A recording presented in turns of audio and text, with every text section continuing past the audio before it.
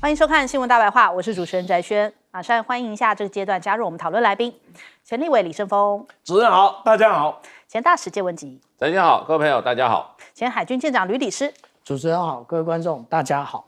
好，我来看一下这个大陆的外交部就讲了，现在中国大陆可能已经摸透了美国的心思是什么呢？就是一定要对你硬着来啊，你就不能够顺着来啊。所以他就说中美关税战已经说明斗争才能赢得尊重。这个是梁建军就中国大陆的外交部的亚洲司副司长，只有斗争才能够赢得尊重，妥协这个绥靖政策只能让对方为所欲为。所以中方的斗争除了维护自身利益，也是为了广大发展中国家的利益的确现在中国大陆这一回的强硬让很多人可以躲在后头，跟着一起强硬起来就是中国大陆面对美国的庞大的压力，不跪，甚至呢奉陪到底已经树立了现在这个全球国际之间应对美国的一个标杆跟典范一个北京模式那耿爽也讲到了，他说我想提醒一下我的美国同事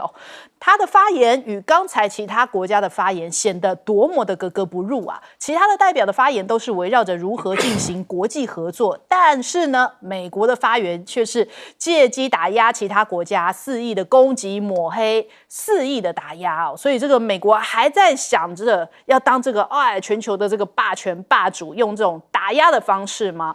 那但是呢我们看现在这个中国大陆的起重机他们就讲说这个如果对中国大陆的起重机征税的话，可能会导致美国损失67亿美元。他们的这个港务局协会的首席执行官就提到了，如果呢美国不豁免这高达18亿美元的起重机关税现在目前美国的港口已经订了55台，未来预计还会追加到151台这可能会使得各港口的营运上面雪上加霜。而且呢这样子的一个加征起重机的关税，会让美国自己本身损失大概67亿美元哇，所以自己也是伤得非常的重。而且美国的前劳工部长他说如果关税落地的话，美国将会重回1930年代的大萧条那再来看到现在美国目前美债的利率飙升，美股也收黑所以看起来美国的经济还是就是不断的被大家下修了他们的信用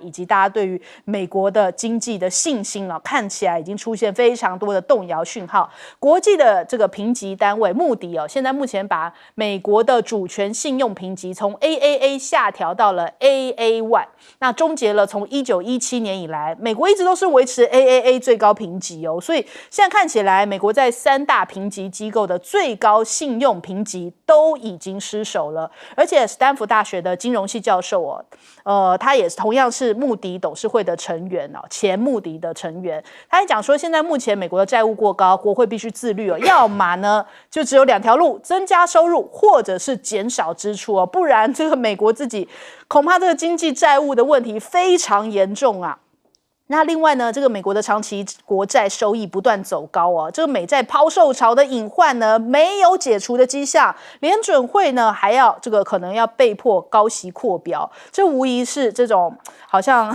就是饮鸩止渴的状况所以美债的问题只会更加严重那至少是可以避免立刻死刑但是呢可能就是一个死缓而已，并没有根本上的解决。另外还有这个私募基金他讲说现在美债作为投资组合，现在它原本的角色已经消失了，原本的角色叫做避震器现在这个震动幅度之大，没有人敢拿它来做避险了，所以它已经没有这样的一个避震器的效果了。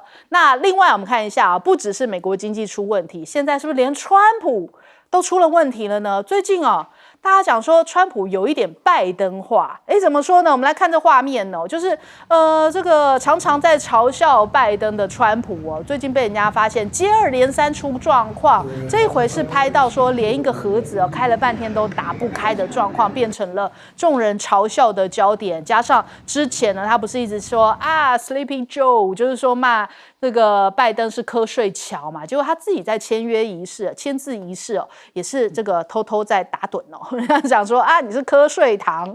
那所以其实就并不是他想的这么容易，他已经搅乱了全世界，跟他刚上任的时候的意气风发，看起来已经变化蛮大的已经不像当时的模样，现在露出了疲态，而且去到了教宗的丧礼还有这样滑手机，被人家痛骂说，这太不敬了吧？怎么会有这样子的表现呢？但是人家讲哇，这个拜登啊，就是川普呢，现在拜登化的情况，因为我们最近才听到拜登罹癌的消息已经是第4期了。那可是我们之前他在竞选的时候，不是说他健康状况非常好，还足以再做一任吗？那当时是谁隐匿了这样的病情？是白宫吗？那川普我们最近不是也听到说，哎呀，他的身体状况好得不得了，可是拍到的状况又不是如此，所以又有人担心说，这难道也是出了问题吗？要成为拜登2.0了嘛？这个首先来请教一下介老师。中国大陆事实上的话，在差不多4、5年前就已经提出来一个论点，就是说现今的世界面临100年未有之大变局。也就是说，这个是一个空前的一个大变化。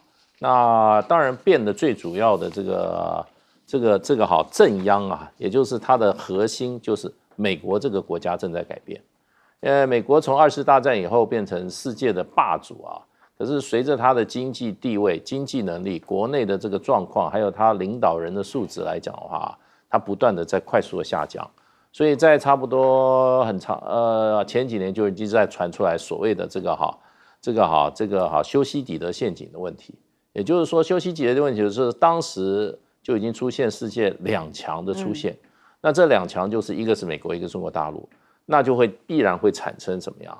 在这个转换的过程权力位置的转换过程中，必然会产生这些动荡，甚至战争，甚至很多不稳定的因素。所以呢，这个结构性的改变，100年未有之大变局，中国大陆有首当其冲。所以中国大陆一直在这个心理层面跟物质层面一直做很多的准备。物质层面的话，就是不断怎么样，就是加强本身这个经济的韧性。美国人常挂在嘴里，中国大陆不太挂嘴里。可是中国大陆实际是在加强中国大陆经济韧性，一方面就是减少对美国市场的依赖，还有呢减少对美国科技的依赖。另外一方面呢，这个加强自己的研发，分散市场之外呢，又推出所谓的内外双引擎的一个这个经济发展的动力。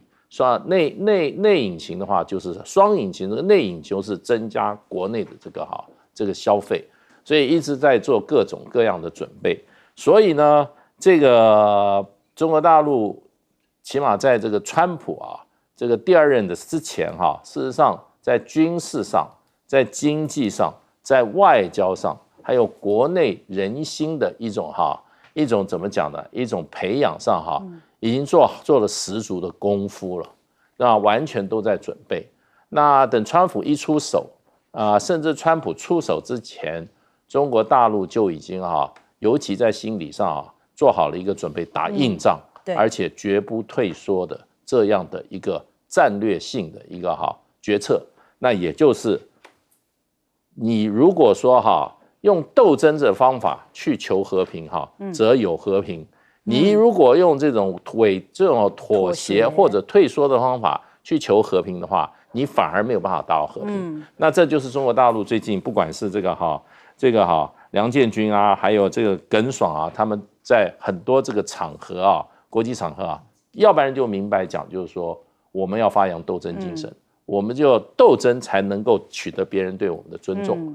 如果不斗争的话，那就怎么样？就会让别人怎么样？就得寸进尺。那所以这就是中国大陆过去很长一段时间在准备上最重要的心理建设。那很多事情就是说你要有心理的建设，你整个社会才会有一个才会有一个怎么样共同的一个想法。所以你可以看出来，最近中国大陆连打2场胜仗。第一个胜仗就是跟美国的贸易战，川普从145%降到30%，连降115%，这就是一个中国大陆的一个大胜仗。另外一个就是虽然不是中国大陆跟别人发生军事冲突，可是中国大陆的武器，那么等于说痛宰西方国家的先进武器。对，所以这个就是说，过去中国大陆在准备面临100年未有之大变局在物质上、在心理上的建设工作哈，都已经看见哈它的成果了。好，来请教盛峰哥。这样子啊，这个蒋廷福啊，就是近代有名的外交家，也是有名的近代史学者。他的那个《中国近代史大纲》啊，一开头的第一段话就是100年未有的大变局。他讲的是清朝末年，西朝东进，对中国讲起来是一个100年未有的大变局。但是呢，在几年前，那么习近平呢也提出，100年未有的大变局，那又是什么？前一个100年未有的大变局是西朝东进呢，把东方给淹没了。那么这个大变局什么？是东方兴起，中国兴起，而西方在没落。这一个西方的没落，我们一直都不以为然。那么今天我们来看看刚刚主持人一开始所提到的联合国的那一幕。那一幕就是因为在谈国际合作的联合国的一个会议上，结果美国的代表在那个机会呢，大谈特谈这个自由航行在南海，中国大陆怎么样子在南海恶霸，中国大陆怎么在南海欺压这一个菲律宾点点，所以才有那一段话。为什么开会的时候大家谈的都是 A，90%人谈 A， 只有美国可以谈 B， 因为他认为他是世界的霸主。而且以前 B 谈完了之后呢，大概很少人去刮他的胡子。那今天呢，终于有人呢可以站起来了，刮一下他的胡子了。这是什么？这就是国力所带来的象征。来看看美国今天已经到什么样子。我不要讲说美国明天会怎么，但是我可以告诉你，美国的明天之后一定会什么。首先我们来看看美债，那本来是多少人，包括很多国家的外汇存底啊，就是用美债的方式来转存，因为它是世界上最稳定、最安全，那么评比最高。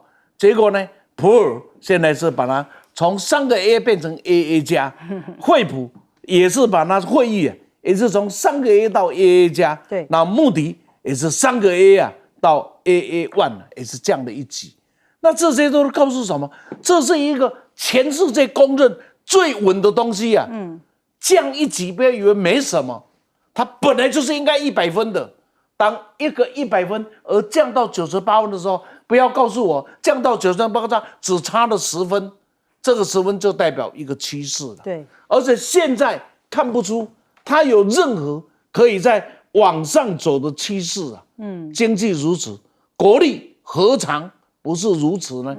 各位可以看到，美国为什么川普敢去来做？一个人我等下讲，我拿一支棍要攻击全征讨啊！这一个人敢出来这样恶搞，以全世界为敌，为什么？因为他真的相信，他只要一出手，大家都会投降。也真的看出来，很多人就准备要投降，但是他千想万想，没有想到有一个把他给顶住了，那个叫中国，而且顶完了，结果真的是美国是顶不住了。这个一顶不住之后，全世界大家就变成有底气了，对，国力下降，民主没有人再相信美国是民主的典范了。等一下我们会谈到其他，更重要的是领导人，那叫猪八戒啊，照镜子啊，这怎么看怎么差，这一代不如一代啊。你不觉得真的笑拜登老？那我又问，请问川普又年轻到哪里去？老了，这是一个没有办法克服的现实。可是问题，各位想一想，把一个全世界这么大的权力，就交托在一个说人家是瞌睡王，自己也在打瞌睡的家伙，那么这样的一个情境，美国该怎么办？我们不知道。世界该怎么办？我们很清楚，没有中国真的会凉拌。好，来请教舰长。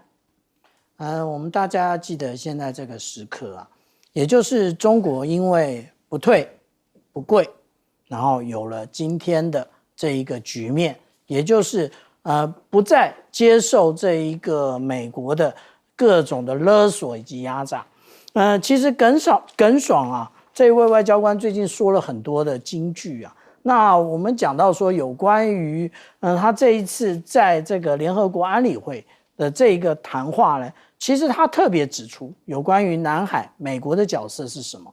如果美国可以在南海进行这个自由航行行动的话，那中国大陆以及其他国家是不是也可以在美国周边的海域进行呢？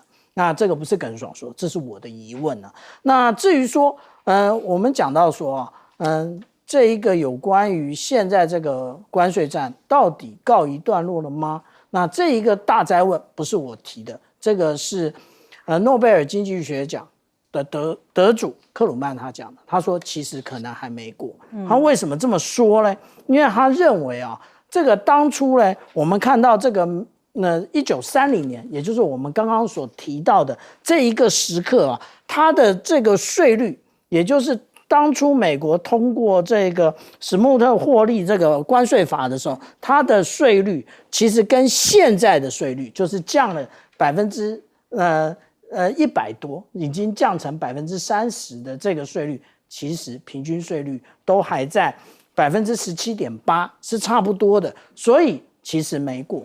那至于说美国还有以前的这种底气吗？这是一个很大的问题啊。也就是说，其实川普他搞了这么多的把戏啊，无论是关税啊，或者是美债这一些，他现在还要再搞一个有关于起重机关税啊，你要靠港费，也是一个，现在还要弄一个起重机关税，这一个关税呢，你预计那个美国自己会损失67亿，为什么他会损失这么多？因为他自己也没有制造的能力。川普什么都想要自己造，可是你有这个能力吗？你有这个技术吗？你有这个人力吗？你都没有，你只是有这种想象而已啊。我们讲到啊，这个世界上做这一种龙门吊，或者是做这一种叫做天车的厂商啊，当然中国大陆是最大的，那中国大陆也不是唯一啊，那其实还有德国，还有日本，还有欧洲这些国家，一共就3个。那但是呢，我们一天到晚讲抗中保台啊，我们现在看到这一个龙门吊啊，这个龙门吊它高度100公尺，然后呢，它的重达呢2000吨。这一张照片是从平潭出发的照片啊。下面这张是什么？下面这一张也就是昨天它靠泊在高雄港2港口的这个那个港口上，它为什么要来考？因为我们在做这个有关于离岸风电的部分，需要这个龙门吊了。我想请问啊，不是当初说什么都要飞鸿，什么都要那个台湾自己造，那我请问龙门吊呢？那也就是而且还是最具有台湾价值的地方，高雄啊，现在停在高雄啊，他要作业的地方也在高雄啊。那当然了，我这样讲，那当然那个政府现在也已经好像启动了一些那个相关的因应作为，不过不要在那边继续的无谓的挣扎了，你不行的，当然就要从对岸引进，不要再搞什么抗中保台，最后也就是受害的就是全体的人民，那你就等着下一次被政党轮替。好，我们先休息一下，广告之后马上回来。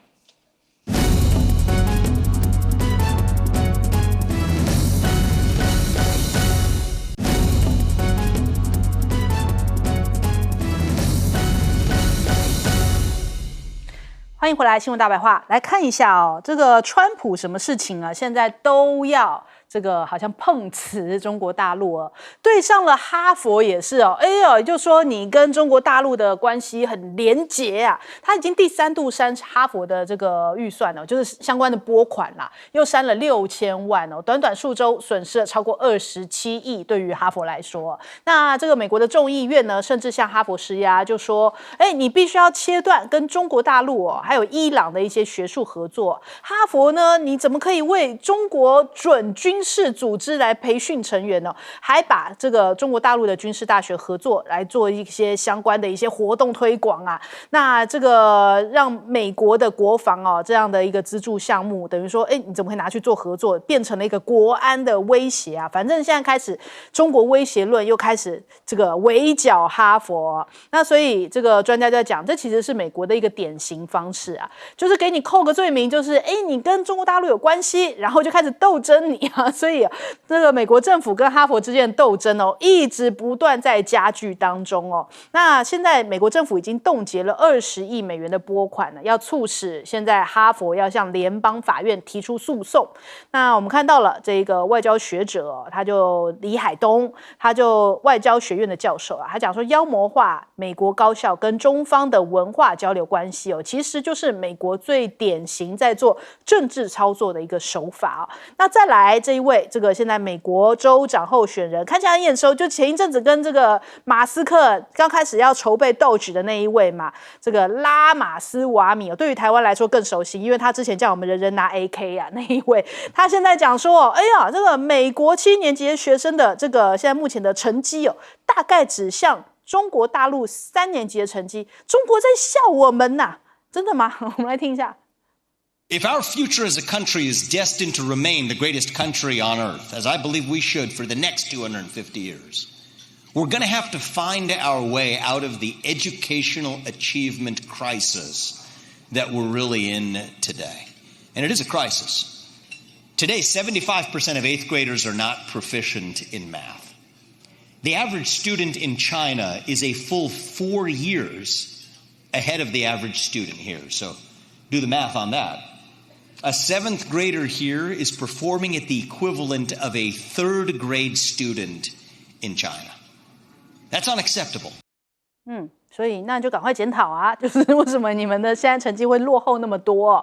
那再来，这个美国的前官员就讲说，这个中国正对着美国发动史上最大的间谍战呐，真是如此吗？那其实人家讲说，其实中国不用阴谋，不用间谍，用阳谋就已经足够可以攻克美国了。因为光是现在的稀土这件事情对于美国来说很头疼啊，不知道该怎么样解决。中国大陆现在没有松手稀土的管制哦，那他们说呢，他们是要这个一单一次的来发放这个稀土的出口许可，也就是说呢，一批一证必须呢在这个申请当中要填最终用户的资讯，来防止漏洞哦，就是我不要卖给的人绝对是拿不到的。那再来，日经也讲说，现在看起来中国大陆供应全球70%的稀土，90%这个加工稀土的金属都是掌握在中国大陆手中，也就是说，现在全球的稀土的依赖对于中国大陆来说是非常的深的，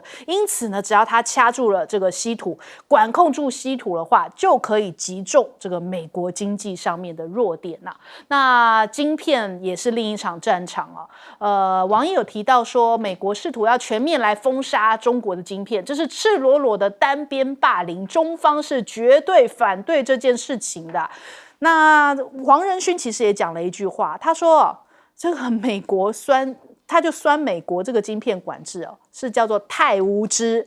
他说华为是一个可敬畏的公司世界级的科技公司，中国不可能因为美国技术出口限制在 AI 的发展上停滞不前，反而会因为你这样卡着脖子，在这样的竞争压力之下加速创新所以美国完全是做错了，这样子的一个晶片管制是完全错误了，阻碍别人的发展，最后只会激励他们更努力更加超越。所以你看到这个美国在往错误的道路跑，黄仁勋也是大骂那再来，华为现在目前的伙伴新凯来，他已经募资到了848亿，在这个半导体的市场当中所以他这个其实是算是大陆今年最大规模的人民币募资案之一有许多这种国有企业还有国有资金都表态要投资的意愿。其实这就是一场团体战，对于中国大陆来说，大家现在是团结一致对外一起对抗美国的这个晶片管制你越是打压，越是让中国大陆不贵，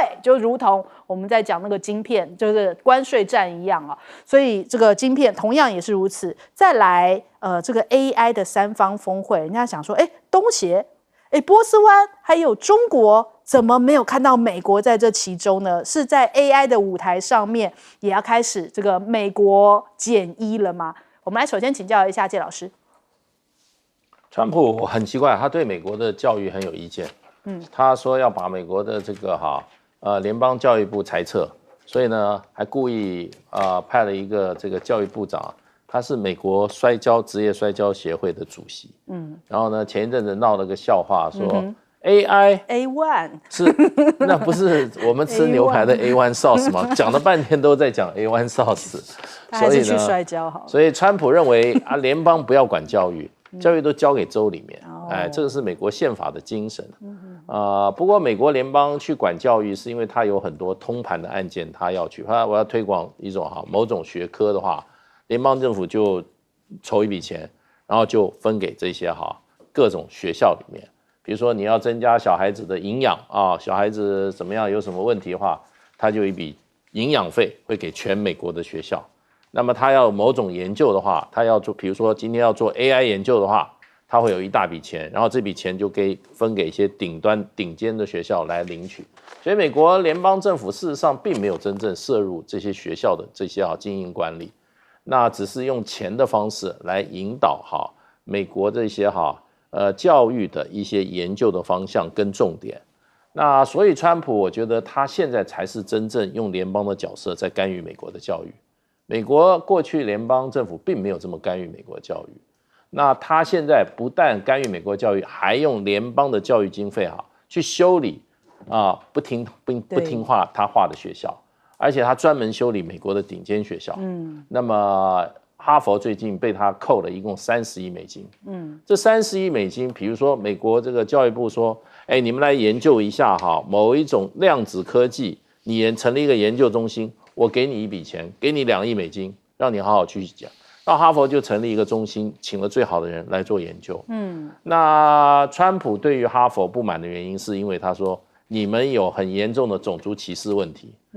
他这种种族歧视都不是说只歧视少数民族，他都认为是歧视主流的白人所以他基本上他最近他借题发挥是说，你们是里面学校有散布反犹太主义的这种言论自由，这是不行的，这是违反的这个人权法的，所以你要好好的来处理那种案件，你学校要负责。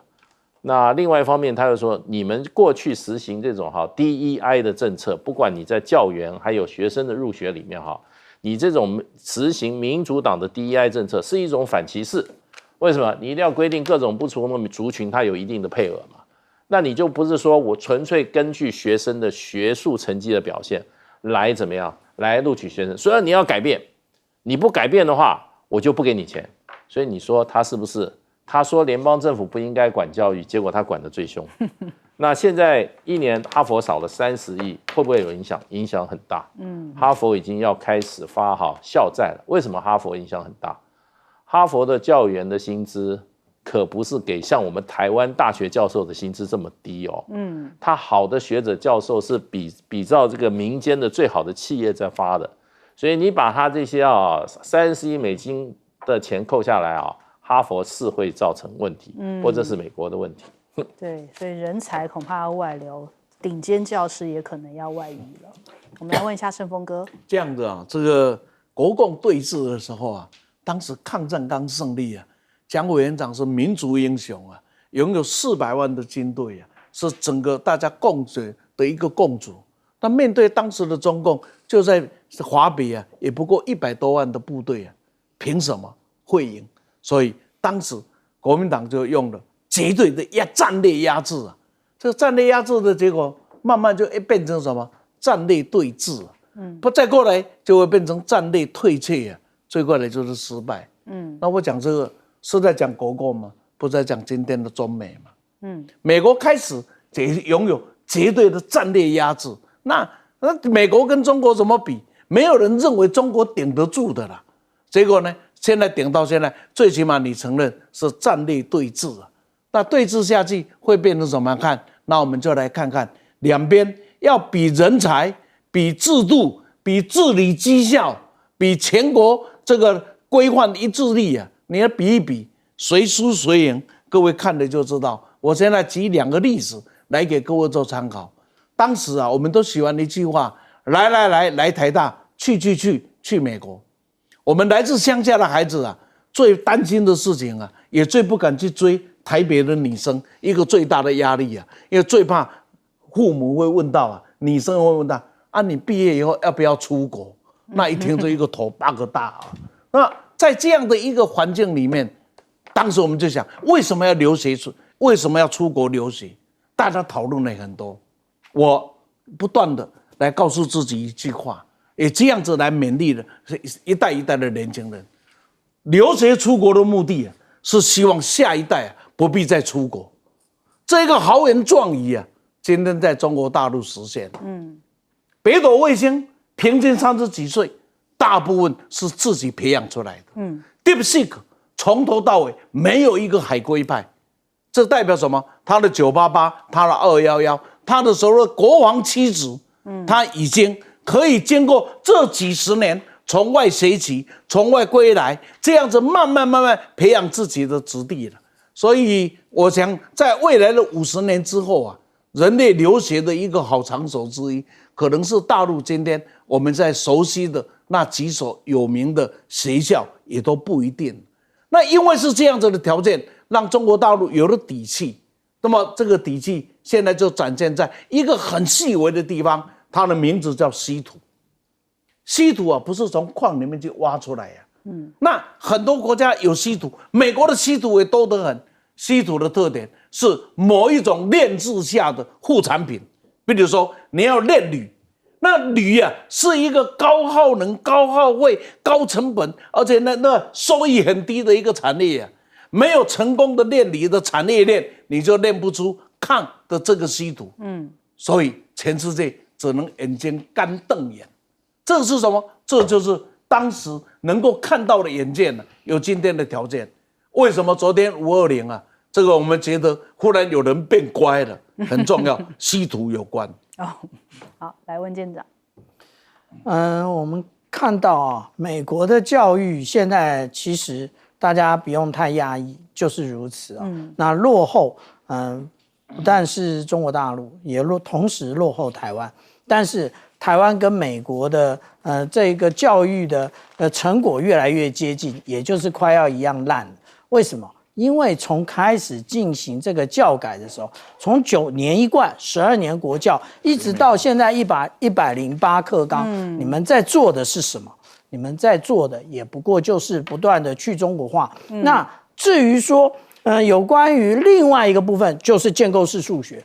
建构式数学有多少人在里面发了大财？那实际上来讲，建构式数学这个概念从哪来的？就是从美国来的啊，也就是你跟傻瓜学，那学来的就是现在这个状况。这不是我个人的结论，这是我们的顶尖大学，台清交正成这些学校已经有非常多的老师对于108课纲上来的学生有非常多的意见，尤其是在数理方面其实是跟不上以前的学长的。也就是说，老师没变啊，变的是什么？变的就是课纲，所以继续拿着香跟美国拜，然后只会让我们台湾的这个数学能力不但越来越差，跟中国大陆的那个距离也越来越远。那个时候你要讲说什么要赢中国大陆，想都别想，你的连车尾灯都看不到。那另外刚刚那个介大使提了一个问题啊，也就是这一些哈佛的老师未来他拿不到这么高薪资，他会去哪里？我跟大家报告，去中国。为什么？因为只有中国大陆愿意提出这么高的薪水来请这些在国际上面一流的老师，不是未来，是现在就是如此。那至于稀土的部分呢，我们来看到这个是 CNN 的内容，也就是现在中国大陆它拥有来源原料的这一个稀土超过60%，可是它实际上提炼出来占这个全世界的其实超过92%，剩下的2个国家，一个是越南，一个是马来西亚。那但是呢，这个我们刚刚讲到有关于竞争的部分，也就是其实每个国家都急起直追，大家都知道这一个稀土它有非常大的一个利益，所以我们来看啊，现在的统计红色的，当然这就是中国现在的有关于它的占比在稀土的部分。可是我们看到有2个国家慢慢的扩张它的一个产能，一个蓝色这个就是美国，黄色这个也就是缅甸。大家都看上了这一个稀土材的时候，那当然中国大陆它会继续的保有它的一个精炼的一个能力。但是我们这样看来，你美国跟得上中国大陆吗？你慢慢等吧。好，我们先休息一下，广州马上回来。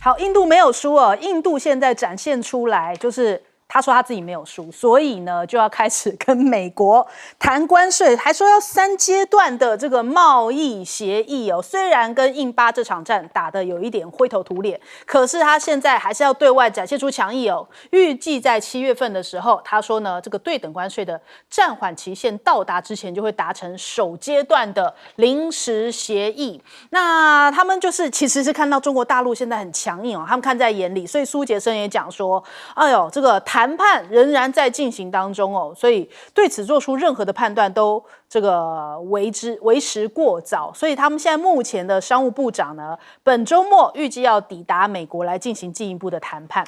那印度没有输还发生在哪里呢？经济学人讲得很好啊，经济学人说啊，这个瞎扯巴基斯坦节节败退哦，这是极端的民族主义攀上了愚蠢高峰。经济学人呢，就是这一阵子紧跟着印巴冲突新闻啊，那恐怕他说，就算是这样子紧跟新闻的人，在印度恐怕都还是会不知道这些事情。比方说呢，印度的海军对这个喀拉吃港啊发动攻击，然后印度的陆军已经越过了边境，打击了巴基斯坦。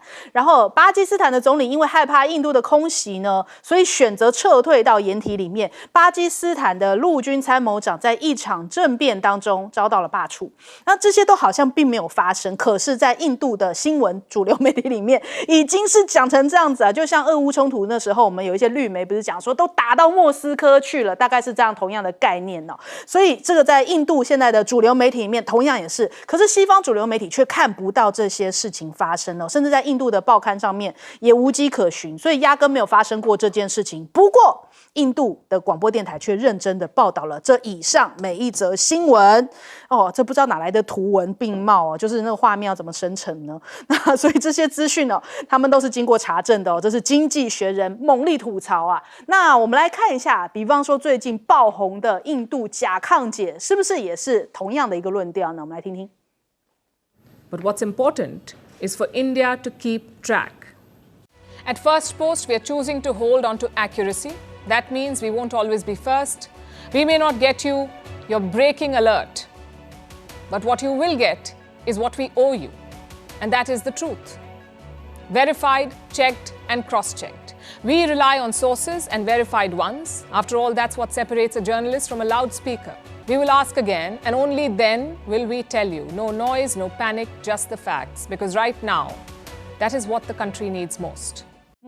好，所以他们说了，就是印度的民众也就相信了吗？但是哦，这真正的症结点在哪里？就是印度的大胜利之下哦，他们就觉得说，啊，巴基斯坦简直就是距离亡国只差一步了，然后却不打了。所以印度人也想说，我们都要赢了，我们这场胜仗都已经拿在手上了，我们都已经举国欢腾庆祝10天了，结果不打了，所以他们就很纳闷，就说，那为什么要宣布停火了？就已经应该要乘胜追击，不是吗？怎么会在这边喊卡了呢？那再来，现在莫迪哦，就是有一个新的计划，大家来听听，我们来拜读一下。他说呢，因为目前印度有36架由法国生产的标风战斗机嘛，这一次嘛，就是他们说这个标风表现得非常好，然后绝口不提有被打下来这件事情哦，所以他就讲说，因为这个欧洲这个导弹集团目前这个达索航空生产的这些空对空的导弹，印度认为呢，这种导弹难以满足现代作战的需求，因此印度要自己做，所以他们现在要换成国产的导弹，这就是印度的大胜利，又一个新篇章。就欧洲还不如我们印度，我们印度才要展现给你们看，我们要怎么样做导弹。那再来呢，看到了这个印度他们反正在自己另外一个时空嘛。那但是呢，王毅就讲说，他会晤了巴基斯坦的外长，说坚定支持巴基斯坦维护国家主权跟领土的完整哦。那可是呢，因为这次不是歼10表现得非常好，不知道是不是因为如此哦，中国大陆打算提前6个月要卖给巴基斯坦第5代隐形战机歼35A哦，有这样的传闻出来。本来是2026年底才能买到，现在提前，哎呀，明年初就买到了，再过6个月就要买到了呀。所以这个印度是不是感觉到一个危机感哦？所以这个甲亢姐现在又开始有针对中国大陆一个武器又开始评论了，是什么呢？就是9天这个空中无人机的航母啊，他们就讲说，哎呀，这只是个纸老虎啊，又要开始。那为什么需要特别这样子讲？我们现在是不是要反着看他的话？是不是因为印度真的有点担心这个9天无人机也卖给巴基斯坦，所以要先下手为强，先骂一波呢？我们现在问一下介老师。这个印度现在媒体这个表现很符合印度的民族性，他们就是怎么讲呢？永远不会输，没什么诚信的，这个国家没什么诚信，然后为目的不择手段，然后很咋呼，然后呢嘴巴绝不认输，然后呢精神胜利法比阿 Q 还要更阿 Q，所以这个民族性就表现出他在面临各种状况时候他的反应，其实一点都不令人意外啊！这个民族非常的冲动啦。当然，我觉得这个里面当然也有各种政府啊或者党派在里面操作的手，因为印度现在这个BJP 啊，也就是莫迪这个党啊，事实上被反对党事实上攻击的很强烈，认为他们在这一场战争里面输的有一点莫名其妙。而且过去他们一向认为这个巴基斯坦不是印度的对手，为什么一交手就到目前这个情况？然后另外一方面就是说，印度为什么要把这个标风战斗机上面的这个原来的欧洲的这个导弹，它要换成印度自己导弹？因为他们说不够好。其实很有可能的就是说这个为什么印度很快就要停火？也就是说，他这个标风战机，我觉得法国一定有意见，一定不会让他在升空上去跟这个巴基斯坦再较量。所以呢，我觉得他们是难言之隐。你说他会不会承认？他绝对不会。因为我如果是法国的话，我一定会告诉印度说，你们这个飞行员素质不够，而且你们没有联合作战的能力所以呢，我这个飞机不能给你再这样子使用，你们没有资格使用，或者不让你继续使用。所以印度现在是无机可用，那所以就变成剩下来你只有苏30、米格29，那这些飞机的话，事实上还有它的光辉呢，不要忘了。光辉就是说从来都重要场合都不敢拿来随便使用免得一战击垮，让他数十年的这种装神弄鬼的这种印度伟大的战机那呈现在誓言上就是怎么讲，就是个笑话，既不光辉既不光也不辉，是个笑话。所以我觉得印度现在就是说不讲实话的国家就这样子，没有诚信的国家就是这样。那如果他能打的话，他一定打。现在为什么停火？对，就是没有能力了，军事上没有能力了，就是这样。所以跟他们宣传差很多，感觉都已经要灭掉巴基斯坦，却停火了。我们来问舰长。我们看到甲亢姐她在讲说，他们会反复求证不制造喧嚣真的是这样吗？我们台湾也有一个类似的事实查核机构它只专门对于那个有利于绿军的进行查核，其他的都一律不查核。甲亢姐应该也是如此。那既然印度这么强，刚刚那个大使已经讲为什么不派光辉战机？那也就是说你现在你说你要用于那个印度的飞弹去替代米卡，也就是云母飞弹有这么简单吗？你要怎么样跟它的战斗系统交联？不要再吹牛了。最后真正的问题就是你没有办法做资料链，你没有办法体系化建军啊。那我们看到有关于9天的部分啊，这个是我去年在珠海航展的时候啊，那我就站在9天前面。那我不是在自我标榜，我是给大家比对一下9天它的大小。那也就是说，它的大小其实已经快跟一架战斗机一样了哦。也就是说，它可以携带非常多的武器，而且它有8个挂架。最重要的不在它8个挂架，它的8个挂架，解放军几乎是所有的飞弹它都能挂，各种的无论是飞弹、炸弹它都能挂。可是呢，它直接的不是着眼于此，它直接跨向下一个世代的战争，也就是无人机的战争。它其实有一个我们叫做那个蜂巢任务舱，也就是像这样的一个一个蜂巢啊，那里面全部出来的都是无人机。那这个无人机作战，那当然了，我相信啊，又有非常多的这个军盲级的这个军迷啊，就会说，如果一发天宫没有办法打下来，那就2发。问题是他什么时候才会用呢？他一定是已经获得了、掌握了局部空优的时候，他才会用啊。也就是你的飞弹发射车只要一露脸，只要发射1枚飞弹，立刻被歼灭，这个时候才会用。所以我们这样讲啊，当解放军已经跨到下一个世代的时候，我们台湾的无人机呢，国家队呢是不是只会飞？至于说集群式的概念，或者是人家现在在做的这个光纤无人机，我们有这个概念吗？如果没有，家家有吧。好，来请教申峰哥。这样人类没有印度，世界就少了乐趣了。不过呢，也不要老是在消遣印度。你不会讲印度的时候，好像跟台湾很接近吗？你在讲莫迪老先的时候，你不觉得跟民进党很相同吗？你在讲假抗体的时候，你不会觉得跟三明治有差别吗？啊，你在他们吹牛的时候，你觉得有什么不一样吗？说我认为印度的这种阿 Q 精神胜利法，这是民进党100%的正在翻版中。世界上不是只有印度，世界上还有一个叫做民进党。那个印度是造成的笑话，那就是笑话，反正我们在远方看。可是呢，民进党这样子的搞法，我们会变成灾难。而且丧事啊，当喜事办，就像这个印度一样，还可以放假10天庆祝胜利。这我怎么想，这个故事要怎么编呢？那更精彩的是，对面那个巴基人也在庆祝胜利，两边都说我胜利，那到底是谁死了？这是一种双赢，是吧？你要这么说，我没有。所以为什么打到一半说赢了，为什么不继续打？因为赢麻了，所以没有力量了。卡吧，因为卡把丘吧，还有没有？全身都麻掉了，那怎么办呢？所以只好暂停。不是一个国家被人家用这样子的形容词来谈他的时候，假如我是身为他的国民，我会觉得很羞辱。我真的会觉得，因为我也是堂堂一个大国，一个14亿人口的大国，号称世界上最大的民主国家，但是呢，他所做出来的就是充满了所有的笑料啊，跟笑话。当然，这种笑话到底撑到什么时候？至于刚刚我们讲的那个9天呢，9天真的我们要台湾什么都不要吹，千万不要去吹无人机。我们是不会飞，但是我们会吹，就这样子。